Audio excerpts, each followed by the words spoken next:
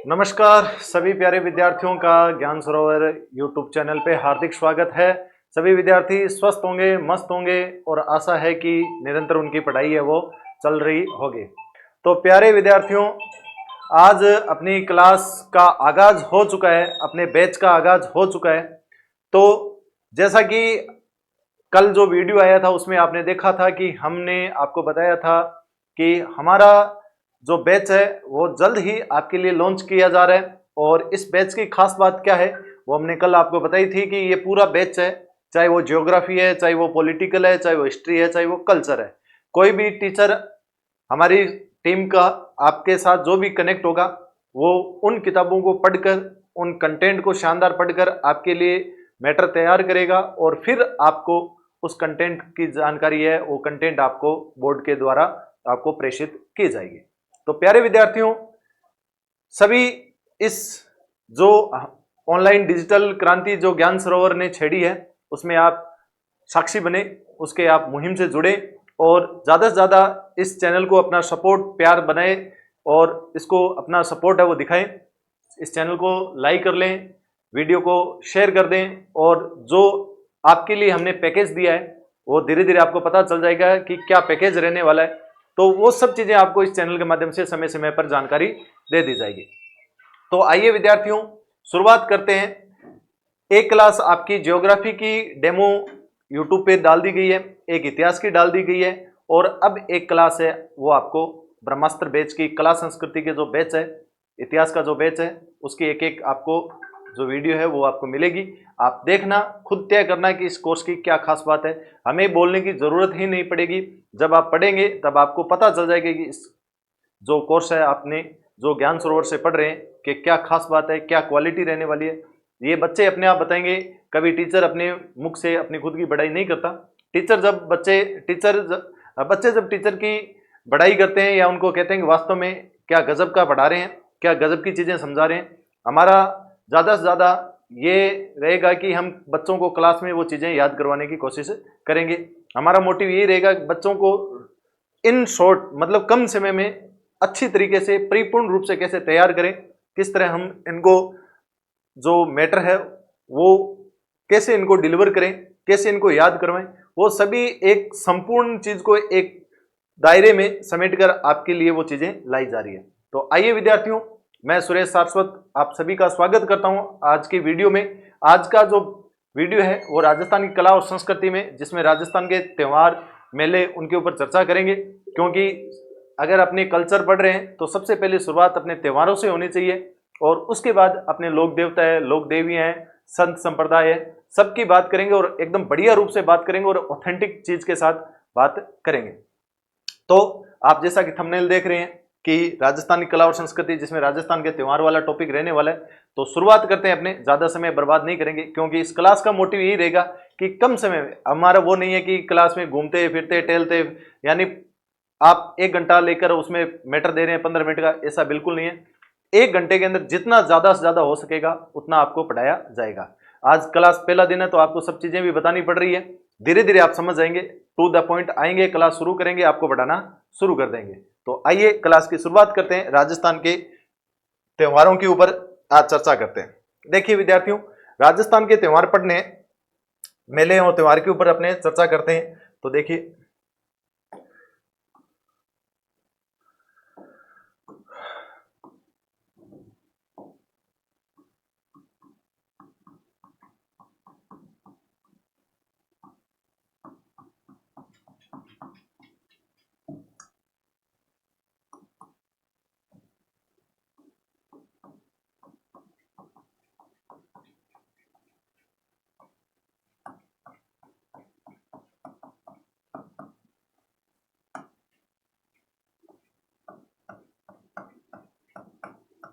राजस्थान के त्योहार व मेले।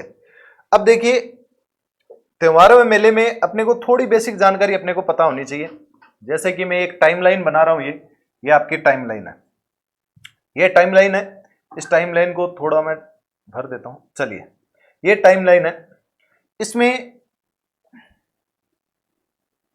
जैसे मैंने ये बीच में आपके यहां कट कर दिया,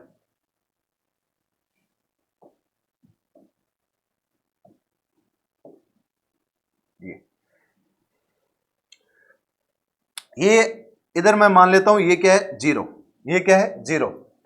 इससे इधर अपने बात करते हैं 1 2 3 4 5, फिर मैं एक लेता हूं यहां 57, ये यहां क्या लेता हूं 57, फिर यहां मैं लेता हूं 1700, यहां लेता हूं मैं 2500।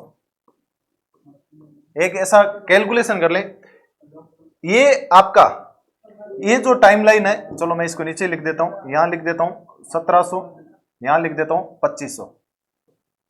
ये जो समय लिखा है ये पहले क्या था, ईसा पूर्व। अगर मैं इस टाइमलाइन की बात करूं तो ये क्या कहलाएगा, ईसा पूर्व, यानी ईसा मसीह के जन्म से पहले। पहले क्या होता था प्यारे विद्यार्थियों, ईसा पूर्व में क्या होता था समय, जैसे अभी 2026 चल रहा है तो आगे 2027 आएगा, पहले उल्टा था, 2300 के बाद 2299, 2298 इस तरह चलता था। यानी मतलब यहां से टाइम शुरू 2500 शुरू हुआ, कम होते होते यहां पे क्या आ गया, जीरो।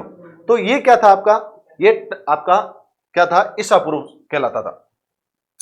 अब देखो, जो अगर बात करें कि ये 2500 से 1700 तक ये आपकी कालीबंगा सभ्यता का टाइम है। आप कालीबंगा पढ़ते हैं, आपने जब कालीबंगा सभ्यता की बात करेंगे तो ये क्या है, कालीबंगा सभ्यता। इस समय क्या थी, अपने कालीबंगा सभ्यता थी। 1700 के बाद धीरे धीरे आगे साल आया 57। अब 57 पे हमारा जो एक कैलेंडर है, कौन सा, विक्रम संवत। कौन सा संवत चलाया, विक्रम संवत।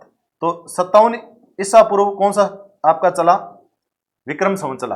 अब देखो ये जीरो है, ये 57 है, इसीलिए हम कहते हैं विक्रम संवत है वो ईस्वी से कितना है, 57 साल आगे चलता है। कितना साल आगे चलता है, 57। अभी देखो 2026 चल रहा है, लेकिन जब 2026, अभी मान लो उदाहरण दे रहा हूं मैं 2026, अब अगर विक्रम संवत आपको निकालना है तो इसमें 57 जोड़ दें। क्या जोड़ दें, 57। तो विक्रम संवत कौन सा चल रहा है, 2083। कौन सा चल रहा है, 2083। तो विक्रम संवत हमेशा ईस्वी से कितना चलता है, 57 साल आगे चलता है। तो 57 में कौन सा साल आया, विक्रम संवत। उसके बाद धीरे धीरे कम होते होते होते अपना क्या आ गया, जीरो। अब यहाँ पे हुआ ईसा मसीह का जन्म, उसके बाद हमारा साल चलना शुरू हुआ। जीरो के बाद 1 आया, 2 आया, 3 आया, 4 आया, और उसके बाद जैसे 78 आया, क्या आया, 78। और 78 के बाद आज समय है 2026। आज क्या चल रहा है, 2026। ये जो कैलेंडर है, ये कैलेंडर है कौन सा, ईस्वी कैलेंडर। इसको अपने क्या बोलते हैं, ईस्वी संवत। क्या बोलते हैं, ईस्वी संवत। ये कैलेंडर कौन सा है भाई, ईस्वी संवत। एक बात ये, उसके बाद 78 में कौन सा संवत चला, शक संवत। कौन सा चला, 78 में एक संवत चला, कौन सा, शक संवत। तो 78 में कौन सा शक चला, शक संवत चला। अभी कौन सा चल रहा है, 2026 चल रहा है। एक यहां अपने बात करते हैं 622 ईस्वी। 622 ईस्वी की बात करें तो यहाँ एक हिजरी संवत चला। कौन सा संवत चला, हिजरी संवत। 622 में कौन सा संवत चला, हिजरी संवत। तो ये 3-4 संवत है, 57 संवत है, 78 में शक संवत है, 622 में कौन सा संवत है, हिजरी संवत। इन्हीं कैलेंडरों के आधार पर क्या मनाए जाते हैं, त्योहार वगैरह मनाए जाते हैं। तो ये एक बेसिक सी बात है कि पहले क्या चलता था, ईसा पूर्व था, बाद में ईस्वी चला, ईस्वी चलते चलते 78 में शक संवत चला, 622 ईस्वी में कौन सा चला, आपका हिजरी संवत चला, और वर्तमान में कौन सा चल रहा है, 2026 चल रहा है। अब देखिए एक बात और करते हैं, अपने यहां तक अपने बात की है। अगर बात करें कि हिंदू धर्म के त्योहार, अगर मैं लिखूं हिंदू धर्म के त्योहार, अपने जितने भी हिंदू धर्म के त्योहार है, हिंदू धर्म के त्योहार। अब देखिए हिंदू धर्म के त्योहार ये किस पे आधारित होते हैं, विक्रम संवत पे। किस पे आधारित होते हैं, विक्रम संवत के आधार पर क्या होते हैं हमारे त्योहार आधारित है, विक्रम संवत। और विक्रम संवत कौन सा है, 57 में। कौन सा है, 57 में। अब देखिए विक्रम संवत है वो किसके आधार पर आधारित होता है, चंद्रवर्ष। एक तो होता है कौन सा, चंद्रवर्ष होता है, और एक होता है आपका सौर, या अपने बोल सकते हैं इसको ईस्वी संवत। इसको क्या बोल सकते हैं, ईस्वी संवत। तो विक्रम संवत किसके ऊपर आधारित है, आपके चंद्रवर्ष पे। किस पे, चंद्रवर्ष पे। चंद्र वर्ष के अनुसार क्या अंतर है सर, सौर में और चंद्र में। अब देखो अंतर तो है, बिल्कुल अंतर है। आप देखते हो कि हमारे हिंदू धर्म में या हिंदू कैलेंडर के अनुसार 3 साल में एक ऐसा आएगा कि अधिमास हो जाता है। मतलब या तो सावन 2 आ जाएंगे, भादवा 2 आ जाएंगे, चैत 2 आ जाएंगे। वो प्रत्येक 3 साल बाद हर क्या हो जाता है, हर 1 महीना ऐसा हो जाएगा, दो बार आएगा। वो किसके अनुसार होगा? विक्रम संवत के अनुसार। क्यों होता है वो भी आपको मैं बताता हूं, इसका कारण क्या है। विक्रम संवत चंद्रवर्ष के अनुसार चलता है। चंद्रवर्ष में अगर बात करें यानी चंद्रमा पे आधारित है। किस पे आधारित है ये विक्रम संवत? चंद्रमा पर आधारित। किस पे आधारित है? चंद्रमा पे आधारित। क्यों है भाई चंद्रमा पे आधारित? इसकी भी अपने बात करते हैं। चंद्रमा पे आधारित है क्योंकि चंद्रमा का जो एक महीना होता है ना, एक माह है, एक माह यानी चंद्रमा का जो महीने का दिन होता है वो एक महीने में 30 दिन नहीं होते। कितने दिन होते हैं भाई? एक माह में चंद्रवर्ष में 29 दिन और आधा 29.5 दिन यानी 29.5 दिन होते हैं। कितने दिन होते हैं? एक महीने में चंद्रवर्ष में 29.5 दिन होते हैं। अगर अपने को 12 महीने का निकालना तो एक वर्ष में कितने दिन हो जाएंगे? एक वर्ष में कितने दिन हो जाते हैं भाई? 29.5 को गुणा कर देना किससे? 12 से, तो 6 तो ऊपर आ जाएंगे, 6 तो ऊपर आ जाएंगे। तो 354 दिन या बड़ा बड़ा दिन मान सकते हो 355 दिन। कितने दिन? 354 या 355 दिन। तो चंद्रमा वाला जो अपना विक्रम संवत है वो एक साल में हमारे विक्रम संवत में कितने दिन होते हैं? 354 या 300। मैं आपको अधिमास क्यों आते हैं इसके बारे में आपको बताना चाहता हूं कि कभी कभी जैसे पिछली बार सावन 2 था वो क्यों आता है उसके ऊपर अपने मैं आपको बता रहा हूं। तो हमारे जो चंद्रमा पे आधारित है हिंदू धर्म के त्योहार, तो हमारे साल में तो दिन होते 354 या 355। अगर अपने बात करें ईस्वी संवत के अनुसार एक साल में कितने दिन होते हैं? 365 दिन। कितने दिन होते हैं? 365। अब बात करते हैं ईस्वी संवत। अगर मैं लिखूं ईस्वी संवत, यहां मैं लिखता हूं ईस्वी संवत। जो ईस्वी संवत है वो सौर पर आधारित है। किस पे आधारित है? सौर वर्ष। इसको अपने क्या बोल सकते हैं? सौर वर्ष यानी सूर्य पे आधारित सौर वर्ष। अब देखो यहां एक वर्ष में कितने दिन होते हैं? एक वर्ष में सबको पता है एक वर्ष में दिन होते हैं 365। कितने दिन होते हैं? 365 दिन। कितने दिन होते हैं? 365 दिन। अब देखो यहां 354 दिन है, यहां कितने? 365 दिन है। तो यहां क्या हो गया? 10 दिन क्या हो रहे हैं? कम हो रहे हैं। क्या हो रहे हैं? 10 दिन कम हो रहे हैं।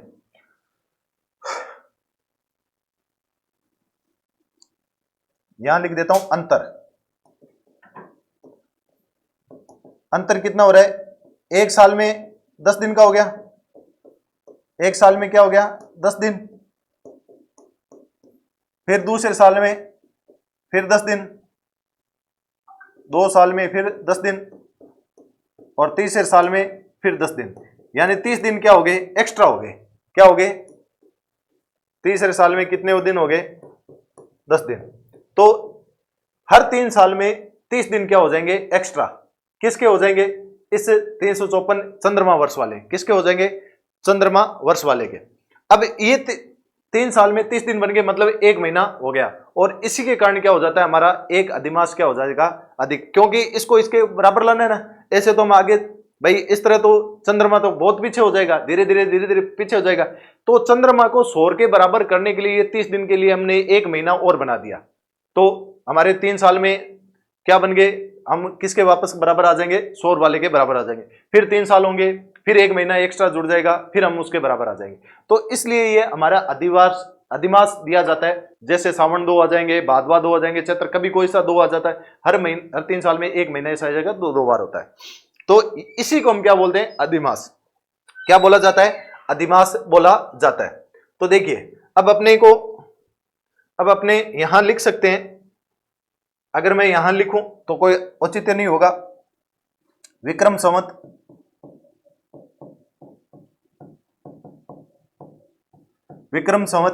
में प्रत्येक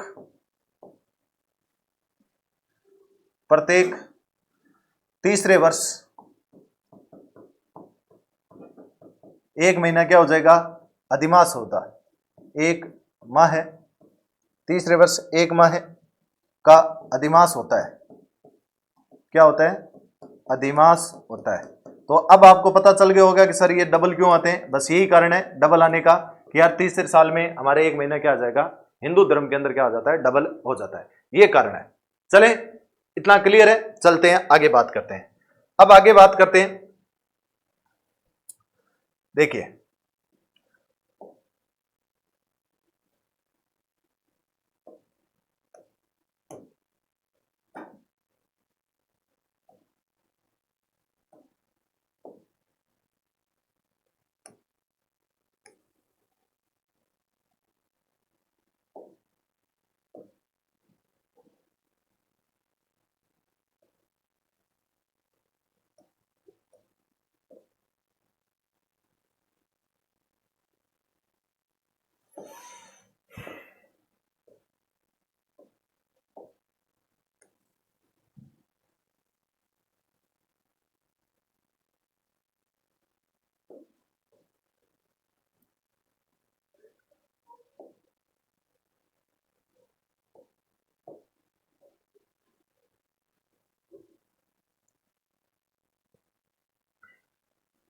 ये आप मान लीजिए कि एक मंथ है, एक महीने के अंदर अपने हिंदू धर्म के अंदर एक पक्ष होता है कृष्ण पक्ष, एक होता है शुक्ल पक्ष।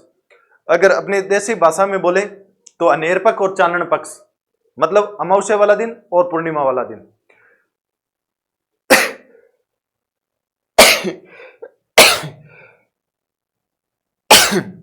सॉरी। तो चलिए, क्या है ये पूर्णिमा और अमावस्या वाला, इसका दिन की इसके बारे में चर्चा करते हैं कि ये अपना मंथ है। अब जब भी मंथ शुरू होगा हिंदू धर्म का, जब भी महीना शुरू होगा वो कृष्ण पक्ष से शुरू होता है। कृष्ण पक्ष एकम से लेकर फिर 14 तक चलेगा, फिर शुक्ल पक्ष के एकम आएगी और लास्ट में कौन सा आ जाएगा, आपके शुक्ल पक्ष के जो चंद्रमा या चांदन वाली रात है उसको अपने करते हैं, है ना। तो पूर्णिमा जिसको आप बोलते हैं। तो अगर मैं यहां लिखूं कि महीना शुरू हो रहा है यहां से, कहां से हो रहा है, यहां से, देखो अपने एक और चीज बात करते हैं यहां पे।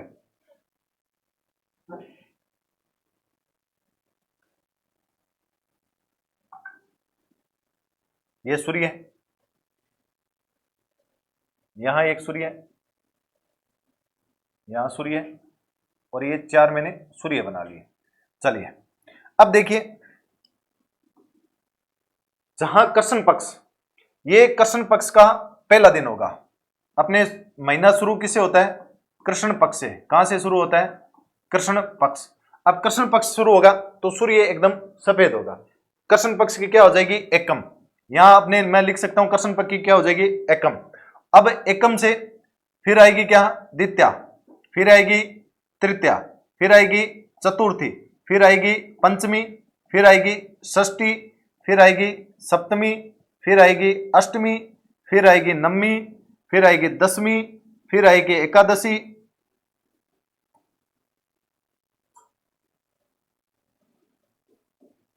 फिर आएगी द्वादशी, फिर आएगी आपकी तेरस, त्रयोदशी, और उसके बाद जो आएगी वो आएगी आपके चतुर्दशी। क्या आएगी, चतुर्दशी। और लास्ट वाला दिन कौन सा हो जाएगा, अमावस्या।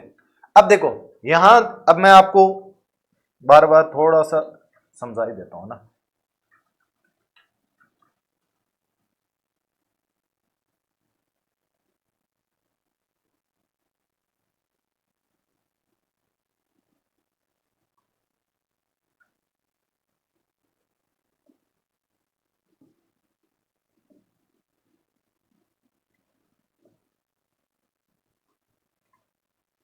और यह मैं लिख देता हूं अमावस्या।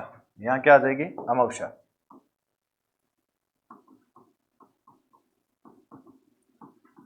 वैसे तो आप सभी जानते हैं।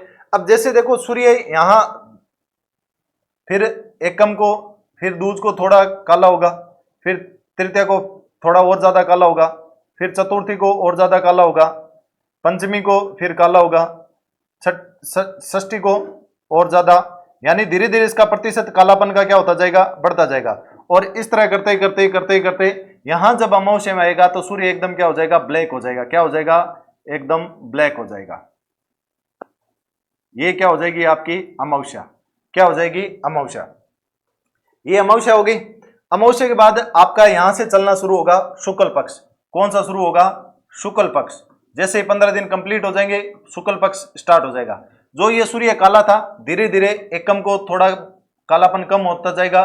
दो, द्वितीया, तीज, चतुर्थी, पंचमी, छठी, सप्तमी, अष्टमी, नवमी, दसवीं, एकादशी, द्वादशी, त्रयोदशी, चतुर्दशी, और यहाँ पे क्या आ जाएगा, पूर्णिमा। क्या आ जाएगी, पूर्णिमा। अब यहाँ पे चंद्रमा एकदम क्या हो जाएगा, वापस सफेद। तो ये कालापन ऐसे ऐसे करते कम होते हुए आपका क्या हो जाएगा, कम हो जाएगा। और महीने का लास्ट दिन होगा कौन सा होगा, पूर्णिमा। और 15 दिन कौन सा होगा, अमावस्या। तो ये आपको ध्यान में रखना है कि पूर्णिमा आपका जो कृष्ण पक्ष है, शुक्ल पक्ष है, इसमें पहला पक्ष कौन सा आता है और बाद में कौन सा आता है। तो ये बेसिक सी जानकारी है, मेरे को पता है ये सारे विद्यार्थी जानते होंगे, लेकिन मैं ये मान रहा हूं कि अपने जीरो लेवल से तैयारी करें तो हर एक चीज का उनको पता होना चाहिए। तो हमने ये बात की किसके अनुसार, ये पूर्णिमा, इसको मैं लिख सकता हूं क्या, अंतिम दिन। इसको मैंने क्या लिख दिया, अंतिम दिन, और कृष्ण पक्ष का जो एकम है ये पहला दिन, ये क्या होगा, महीने का प्रथम दिन, क्या होगा, प्रथम दिन। तो ये आपको बातें वो ध्यान में रखनी है कि प्रथम दिन कौन सा है, अंतिम दिन कौन सा है। चलिए आगे बात करते हैं अपने, अब अपने राजस्थान के त्योहारों के ऊपर सीधे आते हैं। और एक लाइन आपको पता है, सभी जानते हैं कि एक लाइन अपने राजस्थान में बोली जाती है, तीज त्योहार, बोलो, तीज त्योहार बावड़ी, तीज त्योहार बावड़ी, ले डूबी गणगौर, ले डूबी गणगौर।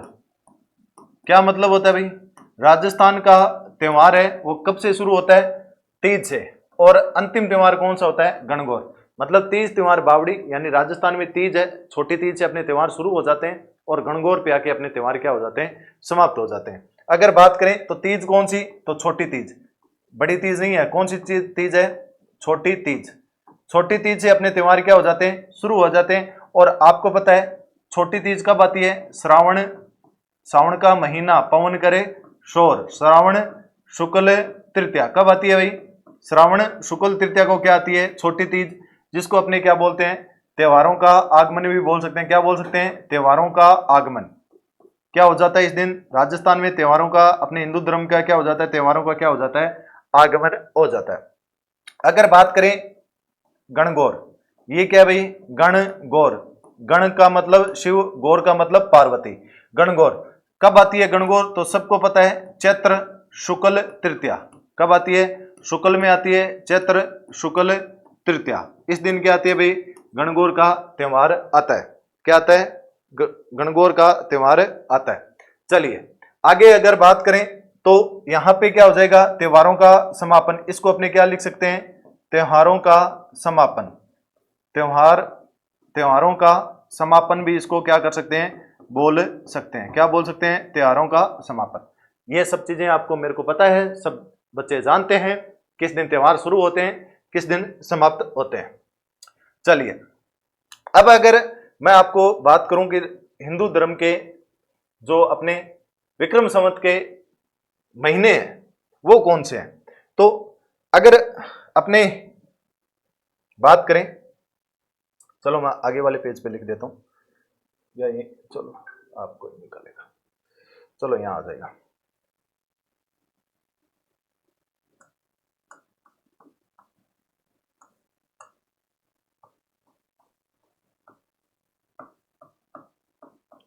अब अंग्रेजी कैलेंडर देखेंगे तो वहां आपको जनवरी फरवरी मार्च अप्रैल इस तरह मिलेगा, लेकिन वास्तविकता क्या है, हिंदू धर्म के जो महीने वो अलग है। तो हिंदू धर्म के जो महीने हैं वो आपको पता है, चैत्र, जिसको आप चैत्र बोलते हो, चैत, वैशाख जिसको अपने वैशाख बोलते हैं, चैत वैशाख जेठ आषाढ़, क्रम जोड़े में याद रख लो, ज्येष्ठ, और नंबर 4 कौन सा हो जाएगा, आषाढ़, पांचवा कौन सा हो जाएगा, श्रावण, सावन जिसको अपने बोलते हैं, और छठा कौन सा हो जाएगा, भाद्रपद। 6 ये हो गए, फिर 6 इधर याद कर लेंगे,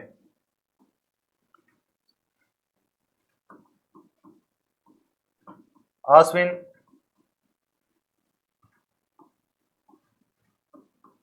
कार्तिक,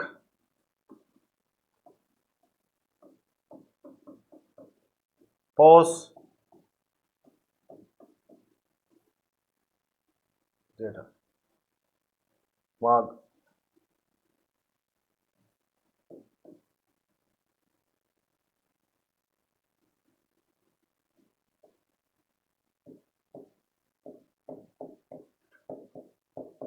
मार्गशीर्ष, और कौन सा हो जाएगा, फाल्गुन, कौन सा हो जाएगा, फाल्गुन। ये आपके क्या हो जाएंगे, हिंदू धर्म के 12 महीने। अब एक बार इसको देखकर बोलो, चैत वैशाख जेठ आषाढ़, दो दो जोड़े याद कर लो, चैत वैशाख जेठ आषाढ़ श्रावण भादवा। ये आपको मेरे को लगता है याद हो जाएंगे, चैत वैशाख जेठ आषाढ़ श्रावण भादवा, दो दो जोड़े में याद हो गए। उसके बाद ऐसे याद कर लेना, अश्विन बॉलिंग कर रहा है और दिनेश कार्तिक पीछे विकेट कीपिंग कर रहा है। उसके बाद आपको याद करना है, अच्छा अरे एक सेकंड, कार्तिक, कार्तिक के बाद मार्गशीर्ष, क्या हो जाएगा, मार्गशीर्ष, मार्गशीर्ष के बाद अगर बात करें तो आएगा पोष। मार्गशीर्ष के बाद कौन सा आ जाएगा? पोष, फिर माघ, फिर कौन सा हो जाएगा? माघ, और कौन सा हो जाएगा? फाल्गुन। कौन सा हो जाएगा? फाल्गुन। आश्विन, कार्तिक, मार्गशीर्ष, पोष, माघ और फाल्गुन, ये आपके क्या हो जाएंगे? 12 महीने। ये हिंदू धर्म के महीने। अब अंग्रेजी कैलेंडर तो होता है जनवरी फरवरी से। अब चैत के अंदर, अब देखो हिंदू धर्म के त्योहार ऐसे होते हैं कि यहां आपको आधा जैसे मार्च मिलेगा, आधा अप्रैल मिलेगा, यानी 2 महीने के 15-15 दिन मिला के अपना हिंदू धर्म का एक महीना कंप्लीट होता है। अगर चैत की बात करें तो चैत आपका कौन से महीने, अगर इंग्लिश कैलेंडर के अनुसार देखें तो आधा मार्च और आधा अप्रैल। कौन सा हो जाएगा? आधा मार्च और आधा अप्रैल। उसके बाद बैसाख में आधा अप्रैल, अब क्रम बन जाएगा आधा अप्रैल और अप्रैल के बाद मई। उसके बाद आधा मई जेठ में और आधा जून, जेठ की दोपहर है ना, वही गर्मी वाला। फिर आधा जून और आधा जुलाई। फिर श्रावण में जो मानसून वर्षा का टाइम होता है, जुलाई और आधा कौन सा हो जाएगा? अगस्त। उसके बाद भादवे में आधा अगस्त और आधा सितंबर।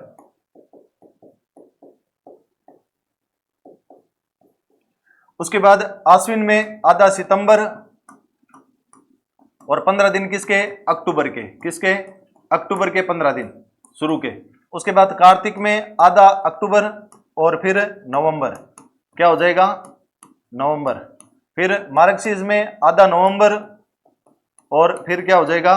दिसंबर। क्या हो जाएगा? दिसंबर। पोष में दिसंबर और दिसंबर के बाद कौन सा हो जाएगा? जनवरी। कौन सा हो जाएगा? जनवरी। और फिर माघ में जनवरी और जनवरी के साथ कौन सा हो जाएगा? फरवरी। फिर फाल्गुन में आधा फरवरी और क्या हो जाएगा? मार्च। और वापस मार्च से शुरू हो जाएगा आपका चैत। तो ये आपका हिंदू धर्म के महीने। इधर इंग्लिश धर्म के ये कई बार एग्जाम में आते हैं, आपसे पूछ लेगा जून जुलाई में कौन सा महीना होता है, तो आषाढ़।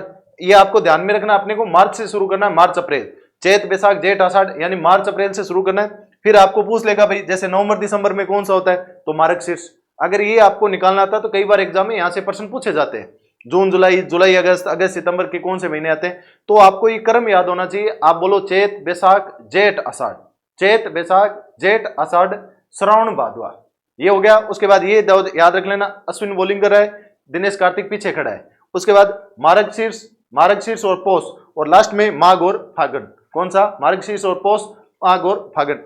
ये आपके क्या हो गए? 12 महीने हो गए। चलिए ये 12 महीने हो गए। अब इन महीनों के अनुसार अपने को क्या पढ़ने? राजस्थान के त्योहार और अपने को क्या पढ़ने? मेले पढ़ने। तो चलें करें स्टार्ट। चलिए आज एक महीना देखते हैं कि सबसे पहला महीना कौन सा लेंगे? चैत का। कौन सा लेंगे? चैत्र का। चलिए अब मैं हेडिंग डालता हूं चैत्र मास। अब जब भी हेडिंग डालेंगे चैत्र मास का तो ध्यान रखना, चैत्र मास में 2 बनाने अपने को पक्ष। एक तो कौन सा पक्ष? अच्छा पक्ष और एक बुरा पक्ष। ऐसे ही क्या? नहीं, ऐसा नहीं। एक कृष्ण पक्ष और एक कौन सा हो जाएगा? शुक्ल पक्ष। चलिए ये मैं हेडिंग डालता हूं, यहां मैं लिखता हूं चैत्र मास या चैत का महीना। अब चैत्र का महीना लेंगे तो यहां अपने को डिवाइडेशन करना पड़ेगा। 1 मिनट में डिवाइडेशन कर देता हूं, उसके बाद अरे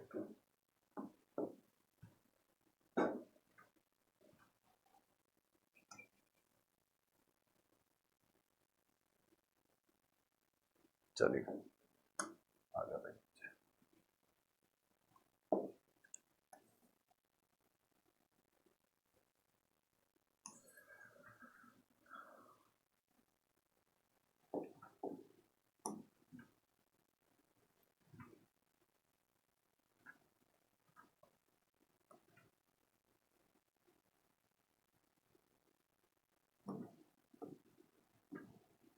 इधर अपने को लिखना है कृष्ण पक्ष, क्योंकि महीना किससे शुरू होता है? कृष्ण पक्ष से। तो अपने को यहाँ कृष्ण पक्ष लिखना है। यहाँ अपने को क्या लिखना है? शुक्ल पक्ष। क्या लिखना है भाई? शुक्ल पक्ष।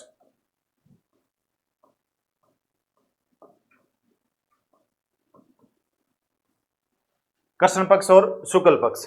अगर बात करें कि कृष्ण पक्ष की एकम, कृष्ण पक्ष की एकम यानी प्रतिपदा, उसको अपने क्या बोलते हैं? प्रतिपदा।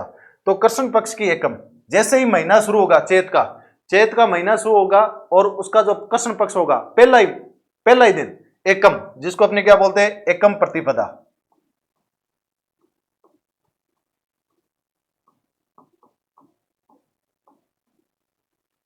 अब देखो, जिस दिन अपने होलिका दहन होती है वो फाल्गुन पूर्णिमा के दिन होती है।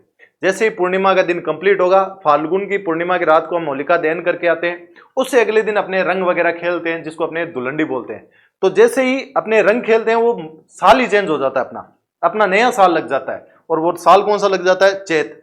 चैत्र का महीना आ जाता है, नया साल का नया महीना आ जाता है चैत। और उसका पहला दिन, जिस दिन हम क्या बनाते हैं? धुलंडी। तो चैत्र कृष्ण एकम को हम कौन सा त्योहार बनाते हैं? धुलंडी। कौन सा त्योहार बनाते हैं? धुलंडी।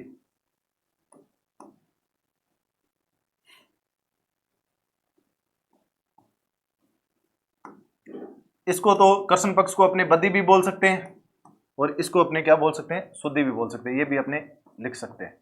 कृष्ण पक्ष की एकम यानी चैत्र कृष्ण एकम को कौन सा त्योहार बनाया जाता है? धुलंडी बनाया जाता है।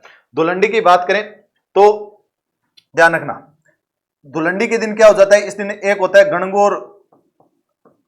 गणगौर, गणगौर की पूजा का प्रारंभ हो जाता है। गणगौर की पूजा की लड़कियां क्या करती है? प्रारंभ, वो आपने देखा होगा, हमने गांव में बहुत देखा है कि लड़कियां, जब कुमारी लड़कियां होती थी, वो दूसरी वो वहां जाती थी, वहां से वो फोग के कुछ तोड़ के उसके वहां पे पूजा वगैरह करके आती थी, और घर पे आके फिर गणगौर की क्या किया जाता था? गीत गाते हुए जाती थी और गणगौर की क्या करती थी? पूजा वगैरह करती थी। तो आजकल का समय तो ये है कि इंस्टाग्राम चलाने से टाइम नहीं मिलता। तो आज के समय में, आज के जो जनरेशन है, वाकई में उनको कुछ पता नहीं है। हमने खूब देखे हैं, गणगौर है, गुड्डी बालना, बहुत चीजें अपने समय में हुई भी है। तो गणगौर की पूजा का क्या होता है? प्रारंभ होता है। गणगौर की पूजा क्या हो जाती है? इस दिन प्रारंभ हो जाती है, जो 16 दिन तक चलती है। कितने दिन तक चलती है? 16 दिन तक चलती है। पूजा कितने दिन तक चलती है? 16 दिन तक चलती है। इसी दिन फूलडोल महोत्सव मनाया जाता है। क्या मनाया जाता है? फूलडोल महोत्सव। आपको पता है फूलडोल महोत्सव, है ना? एग्जाम में बहुत बार आता है ये फूलडोल महोत्सव किस संप्रदाय का है? तो ध्यान रखना, फूलडोल महोत्सव है रामसनई संप्रदाय का है, जो कहाँ मनाया जाता है? शाहपुरा। कहाँ मनाया जाता है? फूलडोल महोत्सव कहाँ का है? शाहपुरा भीलवाड़ा का। कहाँ का भाई? शाहपुरा भीलवाड़ा का क्या है? आपका प्रसिद्ध है फूलडोल महोत्सव। इसी दिन, ठीक है ना, इसको मैं लिख देता हूं नीचे, रामसनई संप्रदाय का। रामसनई संप्रदाय से संबंधित है। कौन से संप्रदाय का है भाई? रामसनई संप्रदाय से संबंधित। जब संप्रदाय संत संप्रदाय पढ़ेंगे तब इसको डिटेल से पढ़ेंगे। रामसनई संप्रदाय से संबंधित।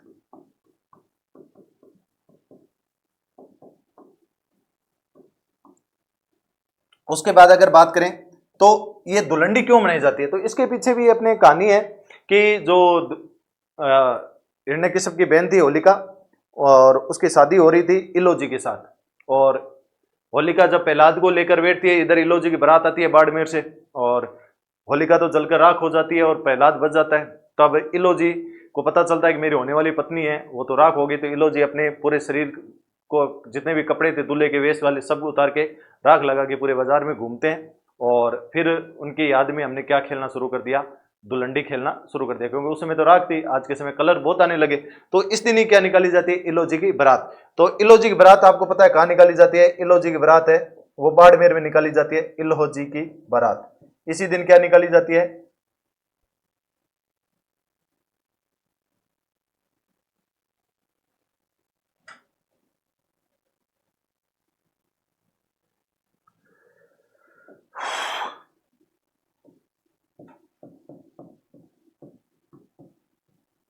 इलोजी की क्या निकाली जाती है? बारात। कहाँ निकलती है? बाड़मेर में। इलोजी की बारात कहाँ निकाली जाती है भाई? बाड़मेर में। ये एकम के दिन होता है। एकम के दिन धुलंडी मनाते हैं, गणगौर की पूजा आरंभ हो जाती है, फूलडोल महोत्सव बनाया जाता है, इलोजी की बारातें निकाली जाती है। चलिए, उसके बाद एकम के बाद अगर कोई दिन आता है, एकम के बाद अपने अगर बड़ा दिन ले तो अष्टमी ले सकते हैं। कौन सा दिन ले सकते हैं? अष्टमी। तो अगर मैं यहां लिखूं अष्टमी, एकम के बाद कृष्ण पक्ष की कौन सी? अष्टमी। अष्टमी की अगर बात करें अपने, अष्टमी इस दिन मनाई जाती है शीतला अष्टमी। क्या बनाई जाती है? शीतला अष्टमी। आपको पता है घर में ठंडा खाना बनता है पहले दिन, और अगले दिन हम उसको क्या करते हैं? खाना खाते हैं, क्योंकि कहते हैं घर में कोई भी गर्म चीज है उस दिन बनाई नहीं जाती, नए घर में दिया वगैरह या चूल्हा वगैरह जलाया जाता है। शीतला माता की याद में मनाया जाता है। तो शीतला अष्टमी, अष्टमी के दिन क्या बनाया जाता है? शीतला अष्टमी। शीतला अष्टमी। शीतला अष्टमी को अपने क्या बोल सकते हैं भाई? बास्योड़ा भी बोल सकते हैं, क्योंकि बासी खाना खाया जाता है। है ना, पूड़ी वगैरह बनाते हैं, सब्जी सांगरी वगैरह की सब्जी बनाते हैं, पंचकुटा वगैरह बनाते हैं। तो बासोड़ा, शीतलाष्टमी या बासोड़ा क्या बनाया जाता है, इस दिन बनाया जाता है। और इसी दिन शीतला माता का मेला लगता है। किसका मेला लगता है, शीतला माता का मेला लगता है, शीतला माता का मेला। अब आपको पता है शीतला माता का मेला कहाँ लगता है भाई, बिल्कुल सबको पता है, चाकसू के अंदर। कहाँ लगता है भाई, चाकसू। और चाकसू कहाँ पड़ता है, जयपुर में। कहाँ, जयपुर में। तो शीतला माता का मेला कहाँ लगता है, जयपुर में।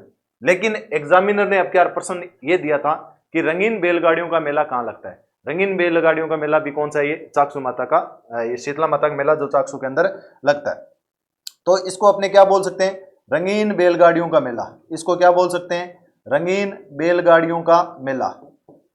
रंगीन बैलगाड़ियों का क्या है भाई, ये मेला है, रंगीन बैलगाड़ियों का मेला। इसको शीतला माता के मेले को क्या बोल सकते हैं, रंगीन बैलगाड़ियों का हम क्या बोल सकते हैं, मेला बोल सकते हैं। चलिए ये हो गया। उसके बाद अगर और क्या, अष्टमी के दिन। अष्टमी के दिन बिल्कुल आपको पता है सातल देव ने गुड़ले खां को मारकर, है ना, और वो गुड़ले खां होता है मल्लू खां का सेनापति होता है, वो जोधपुर से जब जा रहा होता है अजमेर की तरफ तो कुमारी कन्याओं को उठा लेता है, और उठाने के बाद वो लेके जा रहा होता है, तब सातल देव को पता चलता है और सातल देव उसका पीछा करता है और उसके सिर को काटकर फिर जोधपुर लाता है। और उस युद्ध में घायल होने के बाद कुछ दिनों बाद सातल देव की भी मृत्यु हो जाती है। और गुड़ले खां का सिर है, वो महिलाएं हैं, वो उसे खेलती है और फिर उसी से एक छिद्रित मटका जिसमें दीपक रखकर महिलाएं होती है, वो घर घर जाकर नृत्य करती है। उसी दिन हमने कौन सा नृत्य या कौन सा महोत्सव मनाया जाता है, गुड़ला महोत्सव, जो जोधपुर का क्या है, प्रसिद्ध है। तो ये उसी दिन लगता है, अष्टमी के दिन। तो अष्टमी के दिन कौन सा लगता है भाई, अगर बात कर लें दूसरा, अगर अष्टमी में लगता है तो गुड़ला महोत्सव। कौन सा महोत्सव, गुड़ला घुमेला रा घुमेला, वो गीत भी है, गुड़ला महोत्सव। गुड़ला महोत्सव कहाँ मनाया जाता है, गुड़ला महोत्सव है आपका कहाँ का, जोधपुर का। कहाँ का मनाया जाता है, जोधपुर का। गुड़ला महोत्सव कहाँ का है, जोधपुर का। ये कब चलता है भाई, चैत्र कृष्ण अष्टमी से। चैत्र कृष्ण अष्टमी से, ये एग्जाम में प्रश्न पूछा हुआ है, चैत्र कृष्ण अष्टमी से, चैत्र कृष्ण अष्टमी से। अब देखो अष्टमी से लेकर यहां शुक्ल पक्ष आ जाएगा, शुक्ल पक्ष की तृतीया तक। चैत्र कृष्ण अष्टमी से लेकर शुक्ल पक्ष की तृतीया तक, कहां तक चलता है, शुक्ल पक्ष की तृतीया तक। इतना लंबा चलता है ये, लगभग 10-11 दिन हो जाएंगे ये, अष्टमी से लेकर शुक्ल पक्ष की तृतीया तक। ये आपका कौन सा त्योहार चलता है, शीतला अष्टमी, ये गुड़ला महोत्सव। कौन सा महोत्सव चलता है, गुड़ला महोत्सव चलता है। उसके बाद अगर बात करें, इसी दिन एक मेला लगता है, कौन सा मेला लगता है, केसरिया नाथ जी का मेला। किसका, केसरिया नाथ जी का। अष्टमी के दिन किसी का लगता है, जैन धर्म का है ना, केसरिया नाथ जी का मेला। केसरिया नाथ जी का मेला आपको पता है कहाँ लगता है भाई, केसरिया नाथ जी का मेला, केसरिया नाथ जी मेला दुलेव। कहाँ लगता है भाई, केसरिया नाथ जी का मेला कहाँ लगता है, दुलेव। और दुलेव आपको पता है कहाँ पे, दुलेव कहाँ है, उदयपुर में। कहाँ है, उदयपुर में। दुलेव उदयपुर में क्या लगता है, केसरिया नाथ जी का क्या लगता है, मेला। कब लगता है, कृष्ण चैत्र कृष्ण अष्टमी को क्या लगता है, इनका मेला लगता है। चलिए अष्टमी हो गई। उसके बाद अगर बात करते हैं अपने नवमी की, अष्टमी के अगले दिन कौन सा आ जाता है, नवमी।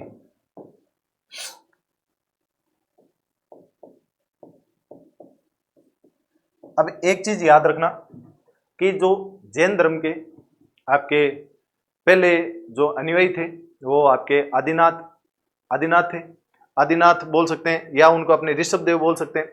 और जो अंतिम थे वो अपने कौन से थे, महावीर स्वामी। तो आदिनाथ पहले तो कृष्ण पक्ष और महावीर स्वामी जयंती आएगी वो शुक्ल पक्ष में आएगी एक महीने में, चैत में। चैत के नवमी में तो किसकी आ जाएगी, आपके आदिनाथ जी की। और आपका चैत्र शुक्ल त्रयोदशी को किसकी आ जाएगी, महावीर स्वामी जयंती मनाई जाएगी। तो नवमी के दिन अपने इसको बोल सकते हैं, नवमी के दिन मनाया जाता है, किसकी जयंती मनाई जाती है, आदिनाथ, भगवान आदिनाथ, या इसको बोल सकते हैं ऋषभ देव, ऋषभ देव जयंती। कौन सी जयंती, ऋषभ देव जयंती। तो आदिनाथ या ऋषभ देव जयंती, इसको अपने क्या बोल सकते हैं, केसरिया नाथ भी बोलते हैं। क्या बोलते हैं, केसरिया नाथ, या कल्ला बावजी भी बोलते हैं, केसरिया नाथ, केसरिया नाथ, या इसको काला बावजी भी बोलते हैं, काला बावसी, बावजी क्या, काला बावसी, क्या बोलते हैं भाई, काला बावसी भी इनको कहा जाता है। ये नवमी के दिन इनको मनाया जाता है। उसके बाद नवमी के बाद अगर बात करें तो एकादशी। नवमी के बाद कौन सा दिन आ जाएगा, एकादशी।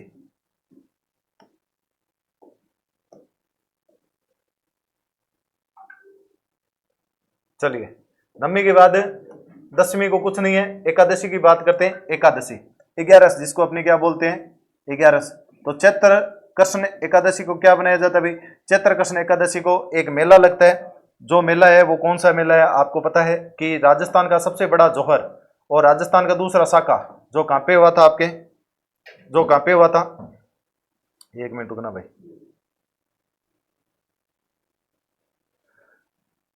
एकादशी, तो मैं आपको बता रहा था एकादशी दिन लगता है मेला, जो राजस्थान का सबसे बड़ा जोर था, सबसे बड़ा शाखा था, और उसी की याद में अपने एक मेला लगता है जौहर मेला, जो कहाँ लगता है, चित्तौड़ में। वो कब लगता है, चैत्र कृष्ण एकादशी को। तो इस दिन एक मेला लगता है, कौन सा लगता है भाई, जौहर मेला। कौन सा लगता है, जौहर मेला। कौन सा मेला लगता है, जौहर मेला। जो कहाँ लगता है भाई, जौहर मेला चित्तौड़गढ़ में। कहाँ लगता है, चित्तौड़गढ़ में,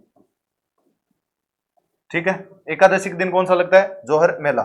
उसके बाद अपने बात करें त्रयोदशी की। एकादशी के बाद अगर महीना लूं, दिन तिथि लूं, त्रयोदशी, तेरस, क्या लूं, त्रयोदशी यानी तेरस। इस दिन क्या लगता है भाई, इस दिन अगर बात करें तो इस दिन होती है रंग तेरस। कौन सी तेरस होती है, रंग तेरस। इसको अपने क्या बोल सकते हैं, रंग तेरस। यानी इस दिन एक नृत्य किया जाता है, नाहर नृत्य। कौन सा नृत्य किया जाता है, नाहर नृत्य किया जाता है। और नाहर नृत्य कहाँ का प्रसिद्ध है भाई, मांडलगढ़ का प्रसिद्ध है। कहाँ का प्रसिद्ध है, मांडलगढ़ का प्रसिद्ध है। तो त्रयोदशी के दिन रंग तेरस मनाई जाती है और इस दिन एक नृत्य किया जाता है। कौन सा नृत्य किया जाता है, मांडलगढ़ में नाहर नृत्य किया जाता है। एग्जाम में कई बार आ जाता है, नाहर नृत्य कहाँ का प्रसिद्ध है, मांडलगढ़ का प्रसिद्ध है। चलिए आगे एक तिथि हो रहेगी अपने आगे बात करें अमावस्या। त्रयोदशी के बाद अगर मैं तिथि लूं, वो अमावस्या लेता हूं। कौन सा लेता हूं, अमावस्या। अमावस्या, अमावस्या के दिन ध्यान रखना, अमावस्या के दिन देखना गोटिया अंबा का मेला लगता है। किसका लगता है, गोटिया अंबा का मेला। चैत्र अमावस्या को कौन सा लगता है, गोटिया अंबा मेला। कौन सा लगता है भाई, गोटिया अंबा मेला। और गोटिया अंबा का मेला कहाँ लगता है, सबको पता है कहाँ लगता है, बांसवाड़ा में। गोटिया अंबा मेला कहाँ लगता है, बांसवाड़ा में। कहाँ लगता है, बांसवाड़ा में। तो अमावस्या के दिन कौन सा मनाया जाता है, गोटिया अंबा मेला। तो पहले महीने की पहले अमावस्या को कौन सा मेला लगता है, गोटिया अंबा का मेला लगता है, जो कहाँ लगता है, बांसवाड़ा में लगता है। उसके बाद अगर बात करें, इस मेले को आदिवासियों का दूसरा कुंभ कहा जाता है। क्या कहा जाता है भाई, आदिवासियों का दूसरा कुंभ।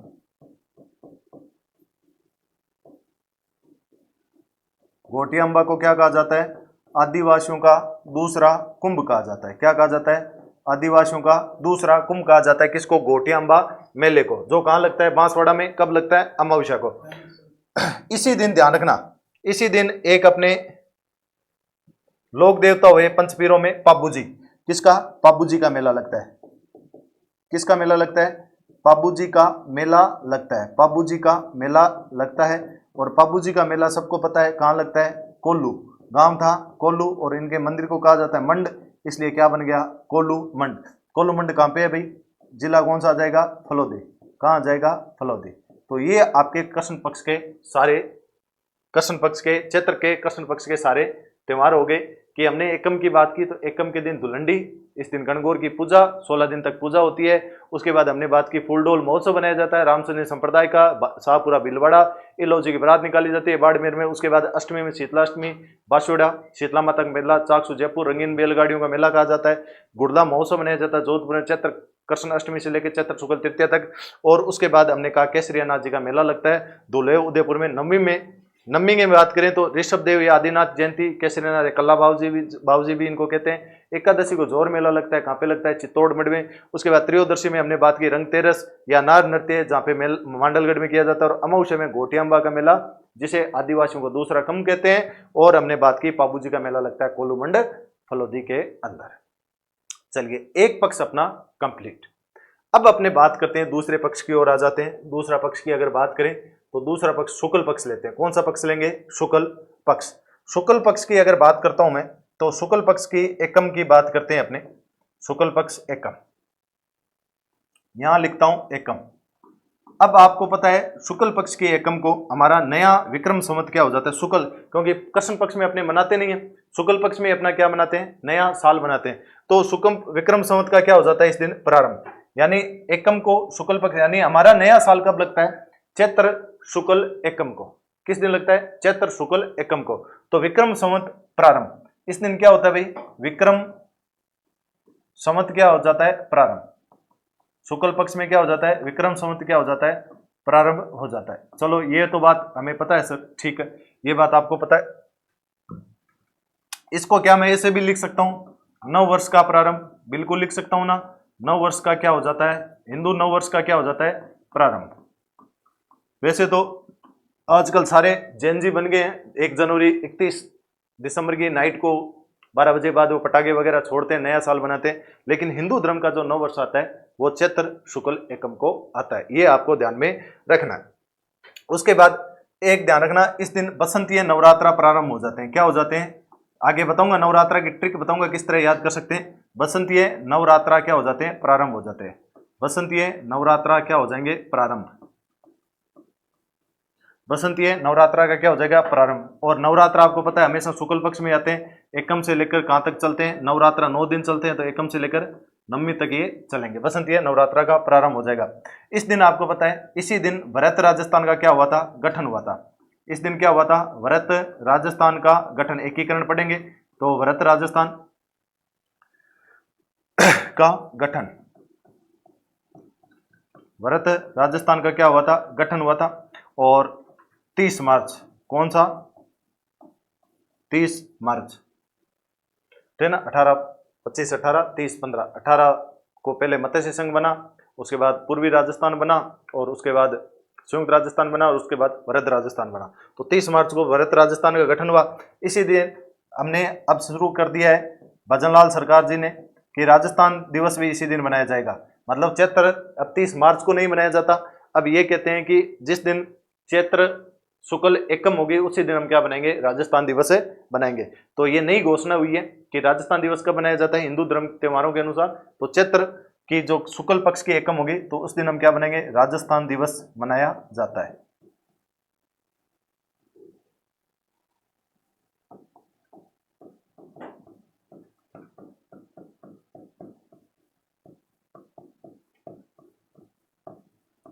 चलिए ये हो गई एकम की बात। अब इसके बाद अगर बात करूं मैं द्वितीय की, अगर एकम के बाद अगर कोई दिन आएगा वो एकम के बाद आएगा द्वितीय, कौन सा आएगा, द्वितीय।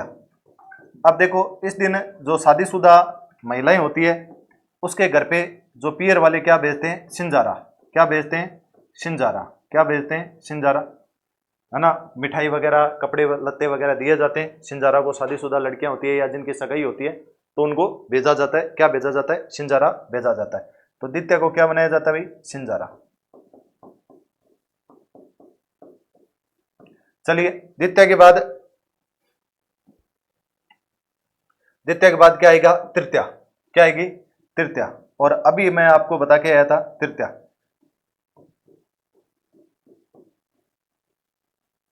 तृतीया के दिन क्या बनाया जाता है, तो इस दिन बनाया जाता है गणगौर, क्या बनाया जाता है, गणगौर। अब गणगौर के जितने भी फैक्ट है वो एक साथ ही अपने देखेंगे। क्या बनाया जाता है, गणगौर। चैत्र शुक्ल तृतीया को कौन सा त्योहार बनाया जाता है, और एग्जाम में इस गणगौर से बहुत ज्यादा प्रश्न पूछे जाते हैं, इसलिए गणगौर अपने को याद रखना जरूरी है। तो गणगौर का त्योहार बनाया जाता है चैत्र शुक्ल तृतीया को।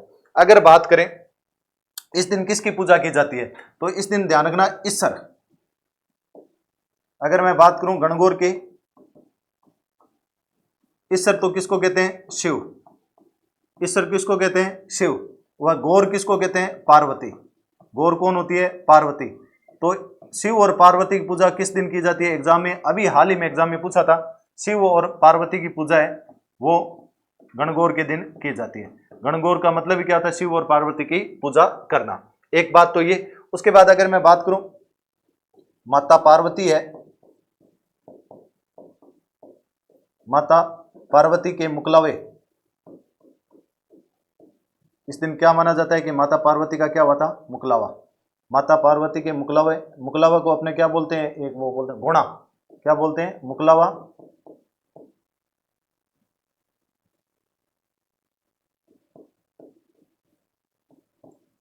या इसको अपने क्या बोलते हैं, घोड़ा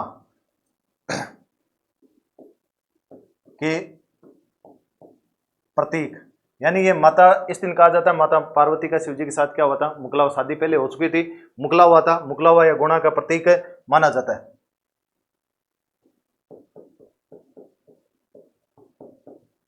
साथ में मैंने आपको कहा था तीज त्योहार बावड़ी ले डूबी गणगौर, यानी त्योहारों का समापन। इस दिन क्या हो जाता है, त्योहारों का क्या हो जाता है भाई, समापन। तो ध्यान रखना, गणगौर के साथ हमारे हिंदू धर्म के त्योहार क्या हो जाते हैं, समापन। तो त्योहारों का क्या हो जाता है भाई, समापन। क्या हो जाएगा, त्योहारों का समापन।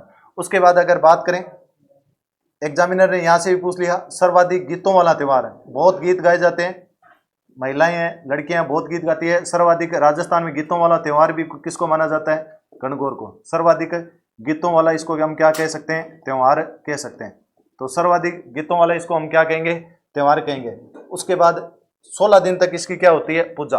अभी मैंने बताया भी था कि इसकी कितने दिन तक पूजा होती है, 16 दिन तक पूजा, 16 दिन तक पूजा। अब देखो इंटरेस्टिंग बात है, 16 दिन तक पूजा होगी, 18 दिन तक ये त्योहार मनाया जाता है। एग्जामिनर ने ये अभी पूछा था कि गणगौर का जो त्योहार है कितने दिन तक मनाया जाता है, 18 दिन। तो 16 दिन तक तो इसकी पूजा होती है, और 18वें दिन, 18 दिन तक क्या चलता है, ये त्योहार चलता है, 18 दिन तक त्योहार। ध्यान रखना, सीधा सीधा प्रश्न आएगा ये कि गणगौर का त्योहार है कितने दिन तक चलता है, 18 दिन तक चलता है। इसका जो अंतिम दिन होता है 18वां दिन, वो क्या कहलाता है, गणगौर का अंतिम दिन क्या कहलाता है, बेलावणी। क्या कहलाता है, बेलावणी या बलवानी। कई जगह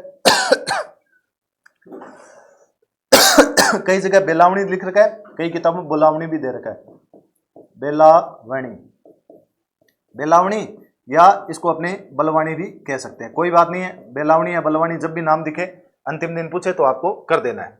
तो इसका अंतिम दिन क्या कहलाएगा आपका, बेलावणी या बलवानी कहलाएगा। उसके बाद अगर बात करें गणगौर कहाँ की प्रसिद्ध है भाई, तो आपको पता है गणगौर है वो जयपुर की प्रसिद्ध है। कहाँ की प्रसिद्ध है, गणगौर जयपुर की प्रसिद्ध है। कहाँ की है, गणगौर जयपुर की प्रसिद्ध है, गणगौर जयपुर की प्रसिद्ध।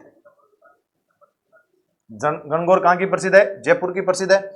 उसके बाद अगर और बात करें, गणगौर जयपुर की प्रसिद्ध, ठीक है, गणगौर की सवारी जयपुर में निकाली जाती है, लेकिन अगर बात करें कर्नल जेम्स टोड ने कहाँ की गणगौर का वर्णन किया है, तो आपको पता है कर्नल जेम्स टोड ने आपको उदयपुर की गणगौर का सबसे अच्छी बताई या सबसे प्रसिद्ध बताई। तो कर्नल जेम्स टोड ने कहाँ की गणगौर सबसे अच्छी बताई, आपके उदयपुर की। तो अपने इसको लिख सकते हैं, कर्नल जेम्स टोड ने, कर्नल जेम्स, देखो गणगौर का एक भी फैक्ट नहीं छोड़ूंगा, सारी चीजें एक साथ ही हो जाएगी, ताकि आप जब पढ़ो तो एक चीज एक साथ में आपको सीरियल वाइज याद हो जाए।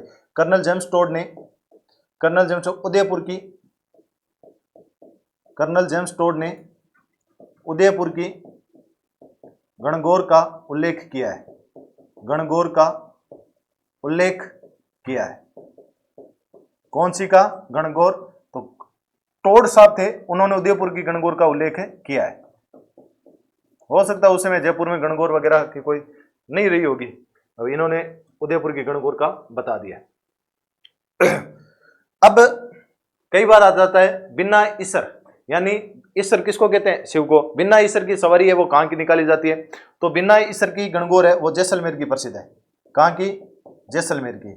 यहाँ ईसर को, ईसर की सवारी नहीं निकाली जाती, बिना ईसर की गणगौर। तो ये भी ध्यान रखना, बिना ईसर की गणगौर कहाँ की है, बिना ईसर की गणगौर है जैसलमेर की। कहाँ की है, जैसलमेर की। अब देखो ये 30 तृतीया को नहीं निकाली जाती, गणगौर मनाई कब जाती है, तृतीया को, लेकिन जैसलमेर की गणगौर है वह तृतीया को नहीं बनाई जाती, वो अगले दिन बनाई जाती है, चैत्र शुक्ल चतुर्थी को।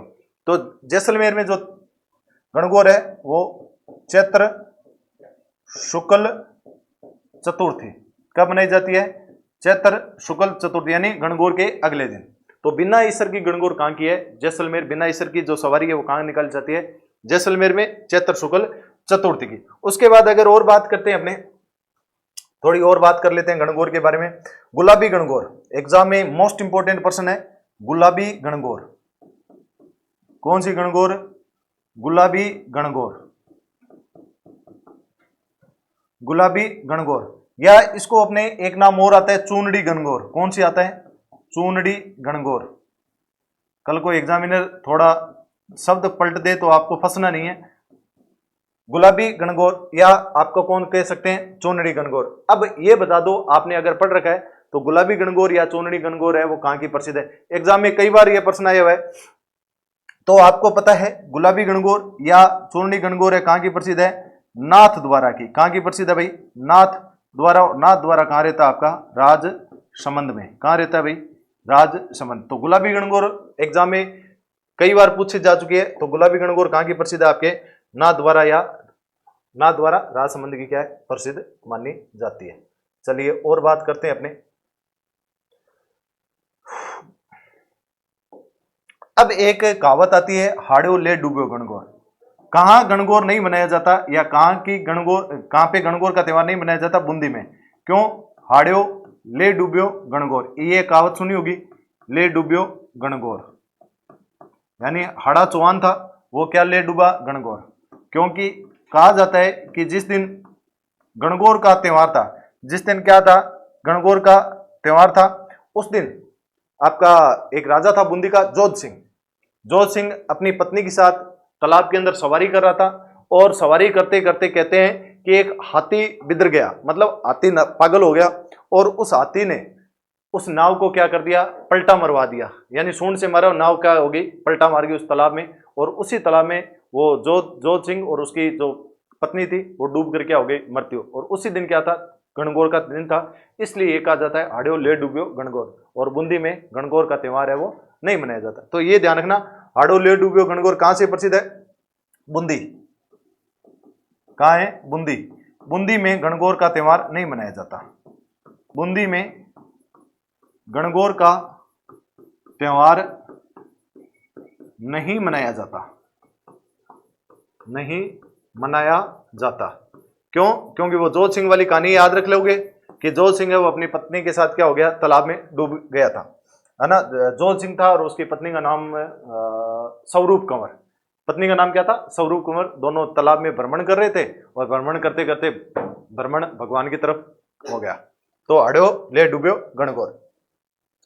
उसके बाद होली जलाने के बाद, यानी होली दहन के बाद, ऐसा भी लिख सकता हूं, होली दहन के बाद यानी धुलंडी के, होली दहन के बाद जो कुंवारी, एक तो कौन होगी? कुंवारी, और प्लस में कौन होगी? विवाहित। कुंवारी प्लस विवाहित महिला, महिला या लड़कियां जो भी है, विवाहित महिलाएं इस दिन क्या करती है भाई? महिलाएं क्या करती है? होली की राख पर, जो होली की राख हो जाती है उसकी पिंडियां बनाती है। क्या बनाती है? और बाद में उसकी क्या करती है? पूजा करती है। होली की राख की पिंडियां बनाकर, होली की राख की पिंडियां बनाकर और अंतिम दिन गणगौर के साथ उनको पूजा करने के बाद उनको क्या कर दिया जाता है? जल में प्रवाहित कर दिया जाता है। पिंडियां बनाकर क्या कर देती है? प्रवाहित कर देती है।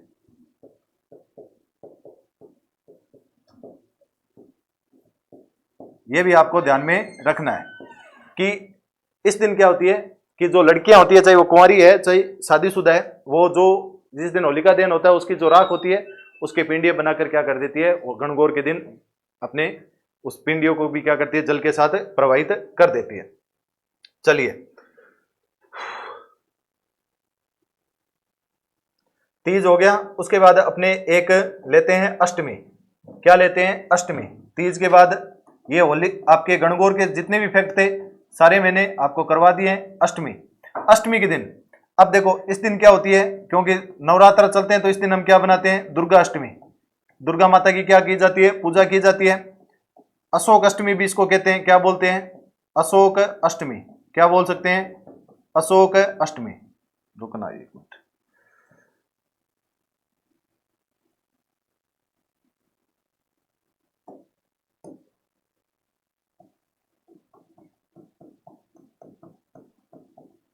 दुर्गाष्टमी, अशोक या अशोकाष्टमी भी, इसको संधि में इस तरह भी लिख सकते हैं, अशोका अष्टमी, है ना। अब देखो इस दिन एक मेला लगता है कालीसील नदी के किनारे। कालीसील नदी के किनारे करौली में केला देवी का मंदिर। काली सील नदी के किनारे करौली में केला देवी का मंदिर, लक्खी मेला लगता है और कबड्डी कबड्डी लंगूरिया गीत वगैरह वो गाए जाते हैं, वो सब चीजें अपने करेंगे। तो इस दिन एक मेला लगता है किसका, करौली में केला देवी का मेला, करौली में केला देवी का मेला किसका लगता है, केला देवी का मेला लगता है। किसका मेला लगता है, केला देवी का मेला लगता है। कब लगता है, चैत्र शुक्ल अष्टमी को क्या लगता है भाई, केला देवी का मेला लगता है। चलिए ये भी बात अपने कर ली है, और भी बात करेंगे अपने, थोड़ी सी हो रही है, आज इस महीने को कंप्लीट कर ही देते हैं, आलस बिल्कुल नहीं करेंगे। अब बात करते हैं नवमी की। अष्टमी के बाद कौन सा त्योहार आएगा, दिन आएगा, नवमी। कौन सा आएगा भाई, नवमी। अब देखो नवमी के दिन, इसको नवमी के दिन अपने राम नवमी मनाते हैं। क्या मनाते हैं, राम नवमी। भगवान राम है इस दिन अयोध्या लौटे थे, इसलिए क्या बनाया जाता है, घी के दिए जलाए जाते हैं और रामनवमी का त्योहार मनाया जाता है। राम नवमी, रामनवमी, या इसको अपने ये भी बोल सकते हैं, रामनवमी हो गया, और इसका एक नाम और आता है महानवमी, महानवमी। क्या बोल सकते हैं, महानवमी। ठीक है। उसके बाद अगर बात करें अपने, आगे बात करते हैं दसवीं, आगे बात करते हैं दसवीं की। अब देखो रामनवमी आ गया, और दसवीं के दिन राम के बाद क्या आएगा, रावण। तो राम रावण मेला लगता है। कौन सा मेला लगता है, राम रावण मेला। अब ये बता दो राम रावण मेला कहां का प्रसिद्ध है, राम रावण मेला कहां का प्रसिद्ध है भाई, कोई बता सकता है क्या, राम रावण मेला कहां का प्रसिद्ध है। तो राम रावण मेला लगता है कहां पे, बड़ी सादड़ी। कहां लगता है, बड़ी सादड़ी चित्तौड़ में। तो राम रावण मेला लगता है दसवीं के दिन, कहां लगता है, बड़ी सादड़ी चित्तौड़। कहां लगता है भाई, बड़ी सादड़ी चित्तौड़। बड़ी सादड़ी कहां पड़ता है, चित्तौड़गढ़ के अंदर। ठीक है। तो बड़ी सादड़ी चित्तौड़ में क्या लगता है, राम रावण मेला लगता है। उसके बाद दसवीं के बाद अगर बात करें तो त्रयोदशी। कौन सा त्योहार, कौन सा दिन आएगा, त्रयोदशी। तो बात करते हैं त्रयोदशी, और त्रयोदशी का मैंने आपको बता दिया, आदिनाथ पहले आए तो कृष्ण पक्ष में, महावीर स्वामी बाद में आए तो इनका बाद में। तो त्रयोदशी में किसकी, महावीर स्वामी जयंती। कौन सी जयंती, महावीर स्वामी जयंती। कौन सी जयंती मनाई जाती है, एग्जाम में पूछा हुआ है। महावीर स्वामी जयंती कब आती है, चैत्र शुक्ल त्रयोदशी को महावीर स्वामी जयंती। और महावीर स्वामी जयंती है, और इस दिन महावीर जी का मेला भी लगता है। कौन सा मेला लगता है, महावीर जी का मेला। कहाँ लगता है भाई, महावीर जी का मेला करौली में। महावीर जी का क्या लगता है, मेला लगता है करौली के अंदर लगता है, जैन धर्म से संबंधित है। तो ध्यान रखना, महावीर जी का मेला कहाँ लगता है, महावीर जी का मेला करौली में। कहाँ लगता है भाई, करौली में। तो ये त्रयोदशी के दिन क्या लगता है, महावीर जी का मेला। उसके बाद अपना महीने का लास्ट दिन आता है पूर्णिमा। कौन सा आता है भाई, पूर्णिमा। और पूर्णिमा के दिन आपको पता है सब जगह मेले लगते हैं, हनुमान जी का मेला लगता है, तो हनुमान जयंती मनाई जाती है पूर्णिमा के दिन। अगर मैं बात करूं पूर्णिमा, चैत्र शुक्ल पूर्णिमा को पूर्णिमा, तो इस दिन मनाई जाती है हनुमान जी। जहां सालासर में मेला लगता है, पूर्णिमा को क्या लगता है, हनुमान जयंती आती है। एक तो क्या आती है, हनुमान जयंती। और एक अपने संत वे दर्जी संप्रदाय के, कौन से, संत पिंपा, संत पिंपा, संत संप्रदाय में पढ़ेंगे, संत पिंपा जयंती। कौन सी जयंती, संत पिंपा जयंती मनाई जाती है। तो दो जयंती आती है, हनुमान जी की और पिंपा जी की जयंती आती है। अब देखो अगर आपसे पूछे दाढ़ी मूछ, कौन से, दाढ़ी मूछ, दाढ़ी मूछ वाले बालाजी का मेला, दाढ़ी मूछ वाले बालाजी, तो एक ही जगह सालासर धाम। तो दाढ़ी मूछ वाले बालाजी का मेला कहाँ लगता है भाई, सालासर। कहाँ लगता है, सालासर का मेला कहाँ लगता है, सालासर। और सालासर किस जिले में, चूरू में। सालासर चूरू कहाँ लगता है, सालासर चूरू। उसके बाद अगर आपसे पूछे मेहंदीपुर बालाजी का मेला कहाँ लगता है, दौसा के अंदर। मेहंदीपुर बालाजी, एक कौन सा लगता है, मेहंदीपुर बालाजी, मेहंदीपुर बालाजी का मेला, जहां भूत प्रेत वगैरह निकाले जाते हैं ऐसी मान्यता है। तो मेहंदीपुर का बालाजी का मेला कहाँ लगता है, दौसा में। कहाँ लगता है, दौसा। कौन से जिले में, दौसा में। चलिए ये बात हमने की है, ये बात हमने अभी की है कि ये चैत का महीना आपने कंप्लीट किया है। काफी पीपीटी बड़ी हो गई होगी मेरे हिसाब से। तो ये कृष्ण पक्ष था, ये शुक्ल पक्ष था। एकम को दुलंडी इधर अपने फिर हमने कहा फूलडोल महोत्सव, इलोजी की अष्टमी में शीतलाष्टमी, गुड़ला महोत्सव, नवमी में आदिनाथ जी का, फिर एकादशी में जोर मेला, त्रयोदशी में रंगतेरस, अमावस्या घोटिया अम्बा मेला, ठीक है, और पाबू जी का मेला लगता है। इधर नया साल प्रारंभ हो जाता है, राजस्थान दिवस मनाते हैं, द्वितीय को सिंजारा भेजा जाता है, तृतीय गणगौर। गणगौर के 2-3 फैक्ट और बताता हूं मैं।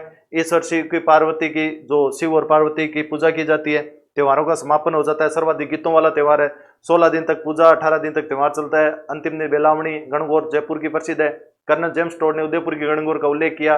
बिन्ना ईसर की गणगौर जैसलमेर है, गुलाबी गणगौर नाथ द्वारा की है। हाड़ोले डूबी गणगौर बूंदी में। गणगौर का त्योहार नहीं मनाया जाता, होली के दिन के अगले जब पिंडिया बनाकर वो, ठीक है। अष्टमी में दुर्गा अष्टमी, करौली में केला देवी का मेला लगता है। नवमी को रामनवमी, 10वीं को राम रावण का मेला, बड़ी सादड़ी चित्तौड़। त्रयोदशी को महावीर स्वामी जयंती, महावीर जी का मेला करौली में। पूर्णिमा हनुमान जयंती और संत पिंपा जी की जयंती। चलिए ये बात अपने की है। चलिए एक बात और बता देता हूं, गणगौर से कुछ फैक्ट, गणगौर से कुछ फैक्ट और बता देता हूं आपको, गणगौर के फैक्ट।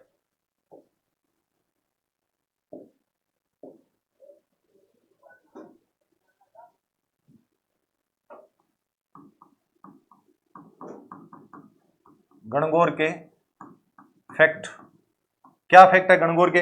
अगर आपसे पूछे गणगौर नामक, गणगौर नामक RTDC, Rajasthan tourism development corporation, Rajasthan पर्यटन विकास निगम के द्वारा आरटीडीसी का होटल कहां पे है? गणगौर का आरटीडीसी का होटल कहां पे है भाई? गणगौर जो होटल है आरटीडीसी का वो कहां पे है? जयपुर में। कहां है? जयपुर में। एक बात तो ये गणगौर से संबंधित होटल हो गया। उसके बाद गणगौर घाट कहां पे है? आपसे पूछ ले गणगौर घाट, कौन सा घाट है? गणगौर घाट। तो गणगौर घाट 2 जगह है, एक तो कहां पे? पुष्कर झील में, एक तो कौन सा है? पुष्कर झील में। कहां पे है पुष्कर झील? पुष्कर झील अजमेर में पुष्कर। और एक कौन सा आपका? पिछोला झील। एक कौन सी है? पिछोला झील। कौन सी झील? पिछोला झील। यहाँ पे 2 गणगौर घाट पुष्कर झील में भी बना हुआ है और पिछोला झील में भी कौन सा बना हुआ है? गणगौर घाट बना हुआ है। अगर आपसे पूछे गणगौर का निर्माण कहाँ किया जाता है? गणगौर जो बनती है उसका गणगौर का निर्माण तो बस्सी चित्तौड़गढ़ के अंदर। कहाँ का प्रसिद्ध है गणगौर निर्माण? कहाँ की प्रसिद्ध है? बस्सी चित्तौड़। कहाँ की प्रसिद्ध है? बस्सी चित्तौड़गढ़। बस्सी कहाँ पे है? चित्तौड़गढ़ में। कहाँ पे है? चित्तौड़गढ़ में। तो गणगौर कहाँ निर्माण किया जाता है? बस्सी चित्तौड़गढ़ में निर्माण किया जाता है। ये गणगौर के कुछ फैक्ट और है, तो थोड़ा ध्यान रख लेना, कल को एग्जामिनर कभी पूछ भी ले। अब अगर बात करते हैं नवरात्रा की फैक्ट की, अगर मैं आपको एक चीज और बता देता हूं जाते जाते, नवरात्रा, नवरात्रा कैसे याद करें भाई? नवरात्रा फैक्ट, नवरात्रा फैक्ट किस तरह याद कर सकते हैं? तो देखिए नवरात्रा फैक्ट याद करने के लिए एक तो आपको याद रखना है चैत्र का महीना। कौन सा याद रखोगे? चैत का। और चैत के बाद एक याद रखोगे भाद्रपद। कौन सा महीना? चैत्रपद, चैत्र का और भादवे का। ये जब आते हैं इन चैत के महीने में और भादवे के महीने में जो नवरात्रे बनाए जाते हैं वो बसंतीय नवरात्रे हैं। कौन से नवरात्रे हैं? बसंतीय नवरात्रा। तो बसंतीय नवरात्रा एक तो चैत के महीने में आएंगे और एक कौन से महीने में आएंगे? भादवे के महीने में। उसके बाद अगर बात करें अपने